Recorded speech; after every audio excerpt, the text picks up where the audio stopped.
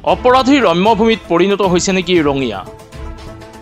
প্ৰতিদিনে এটাৰ পিছত আন এটা ভয়ংকৰ ঘটনাই তথা অপৰাধজনিত কাৰ্যকলাপে জোকাৰি গৈছে সমগ্ৰ ৰঙিয়া অঞ্চল। নিশা ৰঙিয়াৰ হীৰাকাটাত সংঘটিত হৈছে ভয়ংকৰ ঘটনা। নিজ ঘৰতেই উদ্ধাৰ হৈছে আসিমা বেগম নামৰ এগৰাকী মহিলাৰ মৃতদেহ। গলত চিপজৰি লাগি মাটিত পৰি থকাৰ অৱস্থাত প্ৰত্যক্ষ কৰে পৰিয়ালৰ লোকে। পলাতক অৱস্থাত মৃত আসিমাৰ স্বামী ফাৰুক আলী।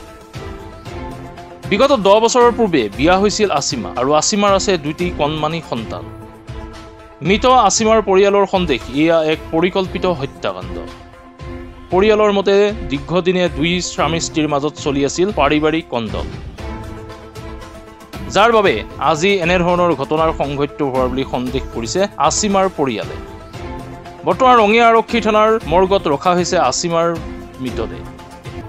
ইতিমধ্যে আৰক্ষীয়ে তদন্ত আৰম্ভ কৰিছে। আৰক্ষীৰ তদন্তৰ পাছতহে পোহৰলৈ আহিব সমগ্ৰ ঘটনাৰ ৰহস্য। 10-11 বছৰ হ'ল। কি নাম ছোৱালীৰ? আসিমা বেগম। কি হৈছিল তেওঁৰ লগত, স্বামীৰ লগত? মানে অলপ দুদিন অন্তৰত কাজিয়া পেচাল দেউতাক আমি যাই মীমাংসা কৰি দিয়ে আহোঁ। যাইলে কৰি এনেকৈ চলি আছে বুলি আছোঁ। আকৌ কাজিয়া আকৌ মীমাংসা কৰি থৈ আহোঁ। তাহলে অলপতে অলপ কাজিয়া হ'লে তাৰমানে আমি যাওঁ বন্ধ কৰি দিলোঁ। বন্ধ কৰি ছোৱালীটো মোৰ আজি মাৰা গ'ল। কোনে মাৰিল? গিৰিয়েকে মাৰি গোটেই ঘৰৰ পৰিয়ালে মাৰিছে। আগতেও মাৰধৰ কৰিছিল? আগতেও মাৰধৰ কৰিছে। ল'ৰা ছোৱালী কেইটা? ল'ৰা ছোৱালী দুটা। এতিয়া কি সন্দেহ? আজি যে ছোৱালীজনী ঢুকাল, কি সন্দেহ আপোনাৰ? সিহঁতে মাৰি পেলাইছে। মাৰি পেলাইছে?